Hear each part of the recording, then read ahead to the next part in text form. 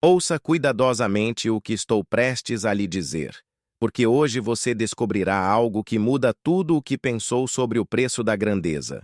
Há uma linha invisível entre a glória e a tragédia, uma fronteira que os homens mais corajosos cruzam, sabendo que eles podem não retornar. Na Fórmula 1, essa linha é desenhada a 300 km por hora, onde um segundo de distração pode transformar o sonho em um pesadelo eterno.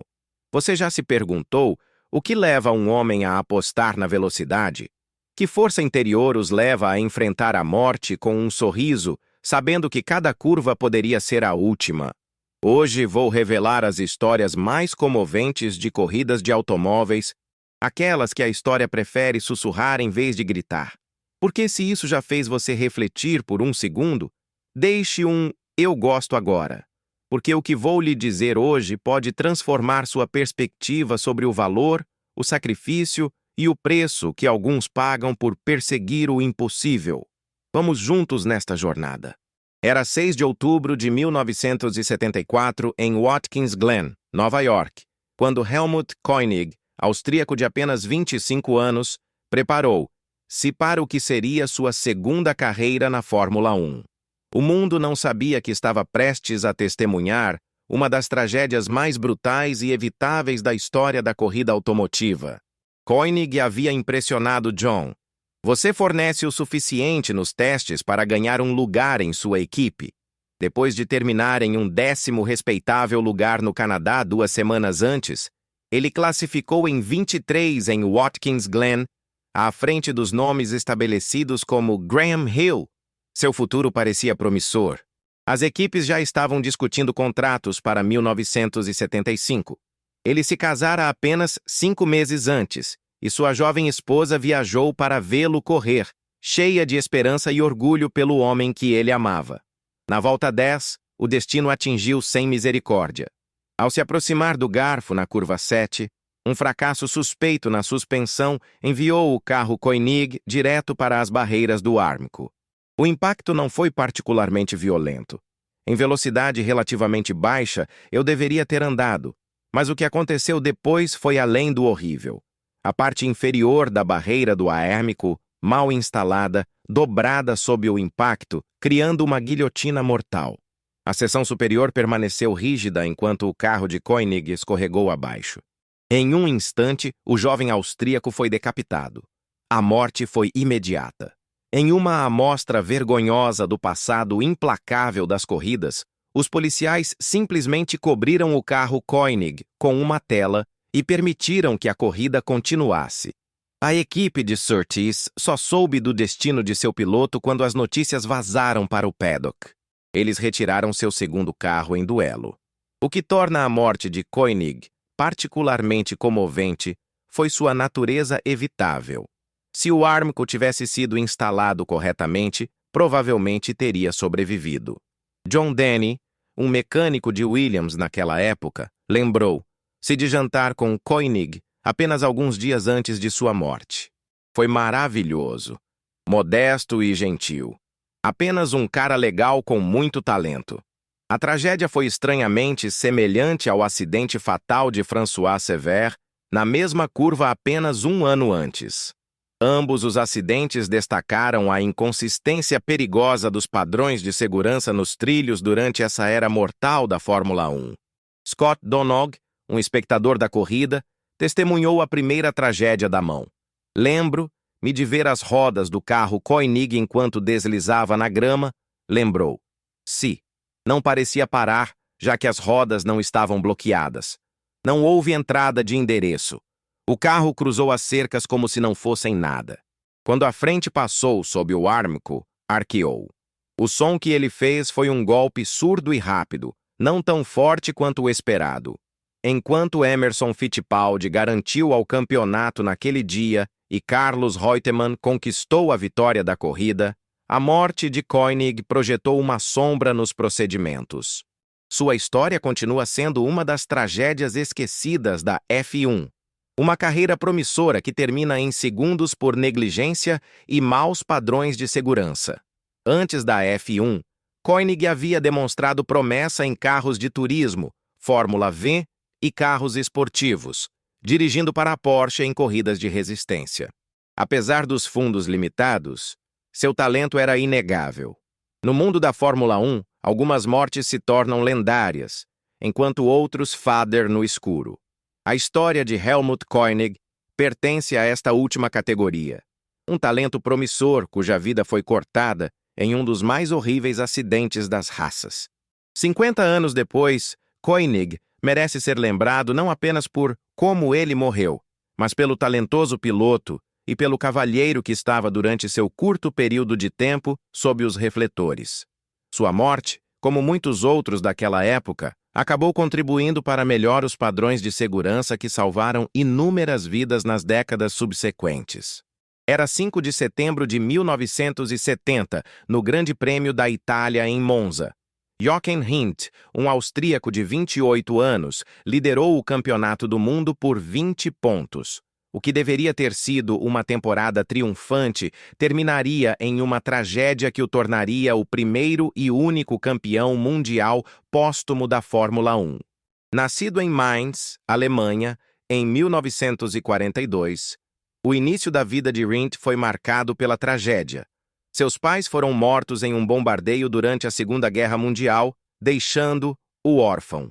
Criado por seus avós em Graz, Áustria, o jovem Jochen desenvolveu uma veia rebelde e um apetite insaciável por velocidade.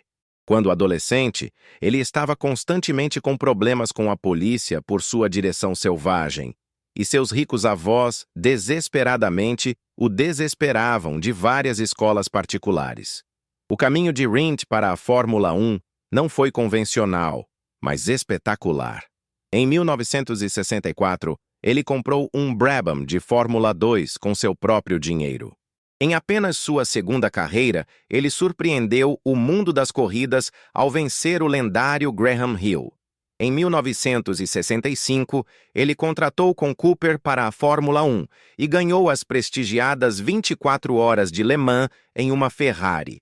Seu estilo de direção agressivo, geralmente de seu lado através das curvas, fez dele o favorito dos fotógrafos e dos fãs igualmente. Em 1969, Colin Chapman assinou Rindt para dirigir para Lotus. O relacionamento foi tempestuoso desde o início. Rindt criticou abertamente os carros de Chapman como inseguro e não confiável, mas sua velocidade era inegável. Em 1970, dirigindo o novo Lotus 72, Rindt venceu 4 corridas consecutivas, construindo uma vantagem do campeonato do comandante. Aquele dia fatídico em Monza, Rindt estava praticando em um Lotus 72 despojado de suas asas para uma melhor linha reta. Seu companheiro de equipe John Miles já havia se recusado a dirigir o carro nessa configuração, descrevendo-o como terrivelmente instável. Mas Rindt, determinado a garantir o campeonato, continuou durante a prática. Enquanto a frenagem para a curva parabólica a cerca de 150 mph, o desastre atingiu. O eixo do freio dianteiro direito, enfraquecido por um defeito de fabricação, as peças foram feitas sob as imensas forças. O Lotus girou bruscamente para a esquerda, colidindo contra a barreira de proteção mal instalada. A frente do carro está debaixo d'água sob a barreira, iniciando completamente à frente. Rindt, que se recusou a usar alças em seu arnês de segurança, caiu na cabine. A fivela do cinto causou lesões fatais na garganta e na garganta. Bernie Ecclestone, seu amigo íntimo e gerente, foi um dos primeiros na cena. Tudo o que ele encontrou era um capacete espancado e um único sapato de corrida jogado dos restos mortais. A tragédia expôs múltiplas falhas. O eixo do freio foi fabricado incorretamente com um lábio de concentrador de tensão deixado dentro do eixo oco. A barreira do arrêmico estava mal montada, permitindo que o carro deslize abaixo em vez de desviar. E a própria decisão de Rindt de não usar restrições adequadas de segurança foi fatal no que poderia ter sido um acidente sobrevificável. Sua morte abalou o mundo das raças. Sua esposa Nina, uma modelo finlandesa glamurosa, ficou para criar sua jovem filha Natasha sozinha. As corridas restantes de 1970 se tornaram uma contagem regressiva sombria, enquanto Jack Stewart tentava, mas não conseguiu superar a vantagem dos pontos de Rindt. Em 18 de novembro de 1970, Jochen Rindt foi coroado campeão mundial póstumamente com Jack Stewart apresentando o Nina Trophy. Bernie Ecclestone foi tão afetado pela morte de Rindt que inicialmente decidiu deixar completamente a Fórmula 1. Quando vi que havia morrido no hospital, decidi fazer as malas e parar de trabalhar na Fórmula 1 ali, lembrou-se. Embora eventualmente voltasse a revolucionar o esporte, a perda de seu amigo mais próximo deixou uma marca permanente. Foi em 10 de setembro de 1961. O Autódromo Nacional de Monza zumba com motores de alta revolução, enquanto dezenas de milhares encheram as bancas ao redor do circuito da casa de Ferrari. O conde Wolfgang von Trips, 33, liderou o campeonato da Fórmula 1 com apenas 2 corridas restantes. O aristocrata alemão foi um bom resultado de garantir o título, representando o orgulho de sua nação no maquinário escarlate da Ferrari. Von Trips não era apenas mais um piloto, um aristocrata por nascimento e corredor para obsessão. Ele havia sobrevivido a acidentes que terminaram as raças de outros homens. Em um caso, em 1960, as costelas quebraram e sofreram um choque cerebral na Bélgica. Mas 1961 foi diferente. Eu era macio, consistente, rápido. Agora ele enfrentou seu próprio companheiro de equipe, o American Phil Hill, para o campeonato no incomparável Utus 156 Sharknose de Ferrari. A Fórmula 1 em 1961 foi brutalmente perigosa. Os pilotos pilotaram 200 cavalos de potência a velocidades que excederam 150 mph em torno dos circuitos com características mínimas de segurança, onde os espectadores se amontoavam contra cercas baixas a meros metros da linha de corrida. Os carros foram jogados no ar com consequências devastadoras quando falhas mecânicas ocorreram em velocidades de corrida. O layout de 6,2 milhas foi implacável. Os gêmeos Perais até puniram os julgamentos mais brandos errôneos, enquanto as cercas estavam perigosamente perto da calçada. Os espectadores se inclinaram sobre barreiras a mais metros dos carros que viajam à velocidade máxima. Os padrões de segurança eram praticamente não existentes em comparação com as carreiras modernas. No começo, Hill se lançou para a frente, enquanto Von Trips mantinha o segundo lugar. Para a Vuelta dos, Von Trips estava defendendo sua posição, mantendo sua linha através de uma grande curva antes da longa explosão em direção aos parabolos. Mas até então, o rugido dos motores já havia afogado o aviso de que algo estava prestes a ir muito mal. Às 14h15, o desastre atingiu. Von Trips Ferrari se moveu para a esquerda, enquanto outro carro ficou para trás, desenhando mais de 150 mph. Pouco antes da curva à direita, suas rodas fizeram contato, mas o suficiente. O Ferrari rompeu com a esquerda violentamente e, nessas velocidades, a recuperação era impossível. O carro de Von Trips ficou acentuadamente offline. Atingiu o aterro e subiu no ar. Os Ferrari se viraram violentamente, jogando-se e na cerca superficial. O veículo se desintegrou no voo completo, o chassi rasgou enquanto gira pelo ar. As viagens de Von, sem restrições da equipe de segurança moderna, foram jogadas da cabine. Seu corpo pousou ao redor da cerca. Ele morreu instantaneamente por trauma maciço na cabeça e no peito. Os restos pulverizaram a multidão com efeito devastador, sem contenção, e espectadores firmemente embalados ao longo das barreiras. Os voos permanecem atingidos dezenas. Os corpos caíram enquanto os gritos afogaram o ruído do motor. 15 espectadores, incluindo vários filhos, morreram do impacto com pneus, armas de suspensão e corpo torcido. Apesar da loja de açougueiros, a corrida continuou. Os comissários garantiram a área, mas nenhuma bandeira vermelha foi mostrada. Os organizadores da corrida, com medo de pânico, permitiram que o evento prosseguisse. Os pilotos não foram informados do que aconteceu, Phil Hill venceu e garantiu ao campeonato mundial. Sua vitória foi silenciada para sempre pela tragédia. Von Trips foi enterrado na Alemanha com honras completas. As autoridades acabaram respondendo proibindo os circuitos Peral e enviando cercas aprimoradas. O Autodrome Nacional de Monza nunca mais funcionaria nessa configuração. A morte de viagens de Von marcou um dos momentos mais sombrios da história da Fórmula 1, quando a busca pela velocidade ganhou um preço que nenhum campeonato poderia justificar. Seu legado continua sendo um lembrete sombrio de que a glória e a tragédia podem ser separadas por apenas um segundo contato entre as rodas. Contador.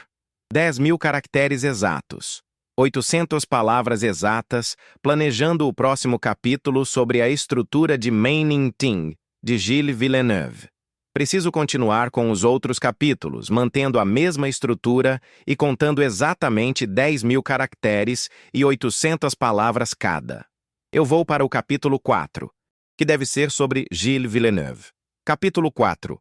10.000 caracteres exatos, 800 palavras exatas. Era 8 de maio de 1982, no Grande Prêmio da Bélgica, em Zolder. Gilles Villeneuve, o piloto mais amado de Ferrari, estava em uma fúria. 2 semanas antes, em Imola, seu companheiro de equipe Didier Pironi havia quebrado um acordo não escrito da equipe, roubando o que deveria ter sido a vitória de Villeneuve. A traição queimou profundamente, e agora em Zolder, Villeneuve tinha apenas uma coisa em mente: superar Pironi em classificação a qualquer custo. A viagem de Villeneuve à Fórmula 1 foi diferente de qualquer outra. Nascido em Quebec, as motocicletas de neve começaram a correr, tornando-se um mestre em controlar veículos de alta velocidade em superfícies traiçoeiras. Sua corrida de carros começou tarde, mas seu talento bruto era inegável. Quando James Hunt testemunhou a velocidade de Villeneuve em uma corrida canadense, ele recomendou a McLaren. Em 1977, Enzo Ferrari o contratou pessoalmente, vendo no canadense o mesmo espírito que seu falecido filho Dino. Em Ferrari, Villeneuve tornou-se lendário por seu espetacular estilo de direção. Ele empurrava carros além de seus limites, às vezes retornando aos poços em 3 rodas. Sua batalha com René Arnoux no Grande Prêmio da França de 1979 continua sendo um dos maiores duelos de F1. Não foi apenas rápido, ele era intrépido, conquistando um lugar especial no coração dos fãs apaixonados da Ferrari. Naquele sábado em Zolder, com apenas minutos restantes na classificação, Villeneuve ficou frustrado. O tempo de Pironi permaneceu fora de alcance, apesar de seus pneus de classificação gastos estarem além de seu melhor momento. O garoto selvagem de Ferrari se recusou a se render. A equipe fez placas para entrar em poços, mas Villeneuve continuou a empurrar. Ao se aproximar da rápida curva de Terlamenbocht, ele conheceu a marcha mais lenta de Jochen Mass. Missa, vendo Villeneuve se aproximando em alta velocidade, mudou-se para a direita para dar espaço. Mas em um momento fatal de má comunicação, Villeneuve também foi para a direita. Os carros foram tocados a 140 milha-por. O impacto lançou o Villeneuve Ferrari no ar. Em uma sequência horrível, o carro virou o ar, expulsando Villeneuve, que ainda estava amarrado ao seu assento. Ele pousou na cerca de contenção, sofrendo ferimentos fatais no pescoço. Seu companheiro de equipe Pironi, chegando ao local, foi levado pela missa. Ambos os homens sabiam que era tarde demais. O mundo das raças foi devastado. Enzo Ferrari, que havia perdido tantos pilotos durante sua longa carreira, foi particularmente afetado pela morte de Villeneuve. O canadense havia lembrado ao filho e agora ele também havia ido. Ferrari se aposentou do Grande Prêmio da Bélgica. A tragédia não terminou aí. Mais tarde naquela temporada, Pironi sofria ferimentos que terminaram sua carreira em Hockenheim, enquanto liderou o campeonato. 5 anos depois, ele morreu em um acidente de barcos a energia. A sombra de Zolder ainda pode persegui-lo. A morte de Villeneuve marcou o fim de uma era na Fórmula 1. Estava entre os últimos corredores puros, aqueles que não lideraram por pontos ou política, mas pela pura alegria de correr. Seu filho Jacques, mais tarde, se tornaria campeão mundial. Mas para muitos fãs, nunca haveria outro Gilles, o homem que estava dirigindo todos os retornos como se fosse o último. A tragédia de Zolder mais uma vez expôs falhas sistêmicas na segurança da Fórmula 1. Barreiras inadequadas, a falta de áreas de exaustão e os padrões de segurança inconsistentes ganharam outra vida. Villeneuve era mais do que um piloto, ele era um artista cuja tela era o asfalto e cujo pincel era uma cara de corrida. Sua maneira de correr desafiou a lógica e abraçou pura paixão. Em uma época em que a tecnologia começou a dominar o esporte, ele representou a conexão primitiva entre homem e máquina. Sua morte não foi apenas a perda de um grande piloto, mas o fim de uma filosofia de corrida que priorizou o programa sobre sobrevivência. Zolder tornou-se sinônimo de tragédia, um lembrete de que, na perseguição da perfeição na pista, o preço mais alto que pode ser pago é a própria vida. Era 13 de junho de 1982, no circuito de Gilles Villeneuve, em Montreal, Canadá. A grelha da Fórmula 1 foi alinhada para o Grande Prêmio do Canadá com Riccardo Paletti, um piloto italiano de 23 anos, preparando-se para o que deveria ter sido seu primeiro começo adequado em uma corrida. O jovem novato, dirigindo para a equipe de Osella com fundos insuficientes, havia classificado no 23º lugar na grelha. O que começou como um momento de expectativa, rapidamente se tornou uma das tragédias mais horríveis do automobilismo. A viagem de Paletti à Fórmula 1 foi breve, mas promissora. Nascido em Milão, ele começou a correr apenas 4 anos antes, em 1978. Depois de mostrar talento na Super Ford Fórmula e Fórmula 3, ele se mudou para a Fórmula 2 em 1981 com a equipe de Onyx. Embora sua temporada tenha começado bem com 2 segundos lugares, seus resultados diminuíram à medida que o ano avançou. Apesar dessa inconsistência, seu patrocinador pioneiro o empurrou para a Fórmula 1 para 1982. O Grande Prêmio do Canadá seria o segundo início da corrida Paletti. Embora ele tivesse classificado no Grande Prêmio de San Marino naquele ano, seu carro havia parado antes do retorno do treinamento. Em Detroit, ele classificou, mas nunca saiu depois que seu companheiro de equipe tomou seu carro como substituto. Montreal finalmente seria sua estreia adequada em uma grelha completa. Quando as luzes iniciais mudaram, a Ferrari de Didier Pironi, que saiu do poste, parou na grelha. Os pilotos na frente conseguiram evitar o carro estacionário, mas esses tinham menos tempo para reagir, viajando para aproximadamente 120 mph em 3º março para 10.500 rotações por minuto. Paletti não teve chance de evitar colisão. Seu Osella caiu violentamente contra a parte de trás do Pironi Ferrari com tanta força que os Ferrari lançaram para a frente, bloqueando pelo Derek Daly. Pironi, ileso, foi o primeiro na cena, rapidamente seguido pelo professor Sid Watkins e sua equipe médica. Mas antes que eles pudessem estabilizar adequadamente Paletti, que foi gravemente ferido e preso na cabine, o tanque de combustível quebrado de Osella foi iluminado. Um incêndio em massa envolveu o carro, forçando os resgatadores a se retirar temporariamente. Enquanto os comissários lutaram contra as chamas com extintores, embora Paletti não tenha sofrido queimaduras de fogo, o atraso da extração foi crítico. Ele levou quase 30 minutos para libertá-lo da cabine esmagada, onde ficou preso contra a coluna de direção com lesões no peito graves. O impacto rasgou sua aorta e encheu sua cavidade torácica com sangue. Apesar de ter sido urgentemente transferido para o Royal Victoria Hospital, ele sucumbiu aos ferimentos mais tarde naquele dia, apenas 2 dias antes do que teria sido seu 24º aniversário. A tragédia tornou-se ainda mais comovente para a presença da mãe de Paletti na corrida. Ele viajou para o Canadá para comemorar seu próximo aniversário, planejando uma viagem a Nova York com ele após a corrida.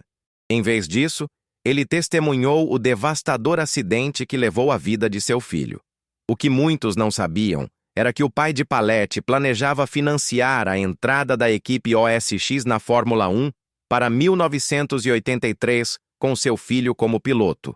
Esses sonhos eram peças em um instante naquele dia fatídico em Montreal. A morte de Palete ocorreu apenas 5 semanas após o acidente fatal de Gilles Villeneuve em Zolder, tornando 1982 uma das temporadas mais sombrias da Fórmula 1. O acidente levou a mudanças significativas nos procedimentos iniciais da F1 para reduzir o risco quando os carros pararem na grade. Hoje, o início é adiado se um carro parar e as corridas úmidas começarem com o carro de segurança devido ao alto risco de baixa visibilidade. Em sua memória, um autódromo em Verona, a Itália foi renomeada Riccardo Palete Autodrome. Sua história continua sendo um dos lembretes de automobilismo mais emocionantes sobre os perigos do esporte, especialmente em uma era antes que o chassi de fibra de carbono e os padrões modernos de segurança se tornassem a norma. Palete representou a pureza do Racing Dream, um jovem que havia trabalhado incansavelmente para alcançar o auge das corridas de automóveis, apenas para que esse sonho se tornasse pesadelo em segundos. Era 1 de maio de 1994, no Grande Prêmio de San Marino, em Isola, Itália. A atmosfera já estava pesada com a morte, já que apenas um dia antes, o motorista austríaco Roland Ratzenberger havia perdido a vida durante a classificação. O que ninguém sabia era que este fim de semana sombrio reivindicaria outra vítima. Uma das maiores lendas das corridas, de uma maneira que mudaria a Fórmula 1 para sempre. Ayrton Senna, um tricampeão em todo o mundo da Fórmula 1, havia se juntado a Williams para a temporada de 1994, depois de dominar a McLaren. Mas as coisas não estavam indo bem. A FIA proibiu os auxílios eletrônicos de direção, tornando os carros mais perigosos e imprevisíveis. Senna expressou preocupações com seu Williams FW16, dizendo à sua equipe que o carro se sentia instável, difícil de controlar. Apesar de suas preocupações, ele escolheu correr naquele domingo, até mesmo colocar uma bandeira austríaca em sua cabine para homenagear Ratzenberger depois do que ele esperava ser uma vitória. Naquela manhã, o médico de F1 Sid Watkins, vendo a angústia de Senna pela morte de Ratzenberger, fez uma sugestão que o perseguiria para sempre. Você foi o tricampeão em todo o mundo. Você é o homem mais rápido do mundo, disse Watkins. Por que você não desiste e nós vamos pescar? A resposta de Senna foi reveladora. Sid, há certas coisas nas quais não temos controle. Eu não posso desistir. Eu tenho que seguir em frente. Horas depois, essas seriam suas últimas palavras para o médico. No Vuelta 7, aproximando-se da curva de Tamburello de alta velocidade, a telemetria mostrou Senna entrando em 192 mph. O que aconteceu mais tarde seria debatido por anos. Os Williams de repente saíram, é claro. Apesar das tentativas desesperadas de Senna para parar, o carro colidiu com uma barreira de concreto sem proteção a 131 mph. O impacto foi catastrófico. A roda dianteira e o conjunto de suspensões foram liberados, tornando-se projéteis mortais. Uma peça de suspensão perfurou o capacete de Senna, batendo na cabeça com força devastadora. As equipes médicas correram para o local, mas Watkins sabia isso imediatamente. Tiramos para fora da cabine, removemos o capacete e colocamos uma via aérea. Ele se lembrou mais tarde. E vi por seus sinais neurológicos de que seria uma lesão na cabeça fatal. E então ele suspirou e seu corpo relaxou. E essa foi a hora, não sou religiosa, que pensei que seu espírito havia se dividido. Brasil declarou 3 dias duelo nacional. Estima-se que 3 milhões de pessoas encheram as ruas de São Paulo vendo com dor enquanto o caixão de seu herói passava em um caminhão de bombeiros. Até seu feroz rival, Alain Prost, serviu como transportadora do caixão, lágrimas correndo pelo rosto enquanto carregava o caixão do homem que o empurrou para seus limites na pista. No carro de Senna, eles encontraram a bandeira austríaca que planejava acenar para Ratzenberger. ele nunca teve a oportunidade. A investigação revelaria mais tarde que um fracasso na coluna de gerenciamento provavelmente causou o acidente, embora os debates continuem até hoje.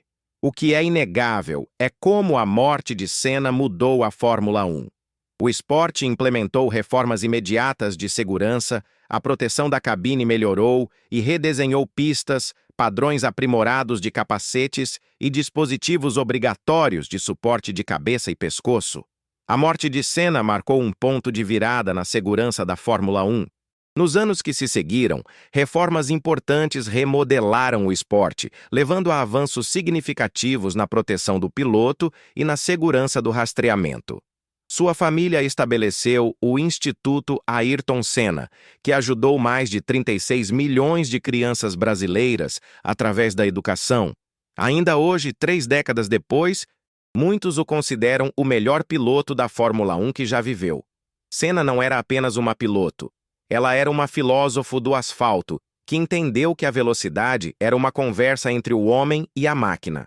Sua morte em Imola fechou o capítulo mais perigoso da Fórmula 1 e abriu uma nova era onde a segurança se tornou tão importante quanto a velocidade. O legado de Senna transcende estatísticas e troféus. Representa a transformação de um esporte que aprendeu que nenhuma vitória vale uma vida humana. Seu espírito competitivo e sua busca por perfeição continuam a inspirar gerações de pilotos que concordam com os padrões de segurança que ele ajudou a criar com seu sacrifício final. Atravessamos o vale mais sombrio das corridas de automóveis, onde o aço encontra a carne e onde os sonhos batem contra a realidade mais brutal. Cada uma dessas histórias não é apenas uma estatística, é um lembrete de que por trás de cada capacete há um homem que escolheu enfrentar o impossível. Esses pilotos não morreram em vão. Cada tragédia forjou uma nova regra de segurança. Cada acidente semeia uma semente de proteção para as gerações futuras. Hoje, a Fórmula 1 existe porque homens como Senna, Villeneuve, Rindt e todos os outros pagaram o preço final para aumentar os limites dos humanamente possíveis. Suas mortes nos ensinam que o verdadeiro valor não está na ausência de medo, mas ao fazer o que você deve fazer, apesar do terror que o paralisa. O que você faz quando a vida o coloca antes de sua própria curva de tamburelo? Você se trava por medo ou acelera em direção ao seu destino? Se essas histórias tocaram algo profundamente em sua alma, se elas despertaram a chama que você pensou que foi extinto, ele comenta: eu acelero em relação ao meu destino. Porque o próximo vídeo desafiará tudo o que você pensou sobre o preço do sucesso. A velocidade não perdoa, mas ele também não esquece aqueles que se atrevem a desafiá-la.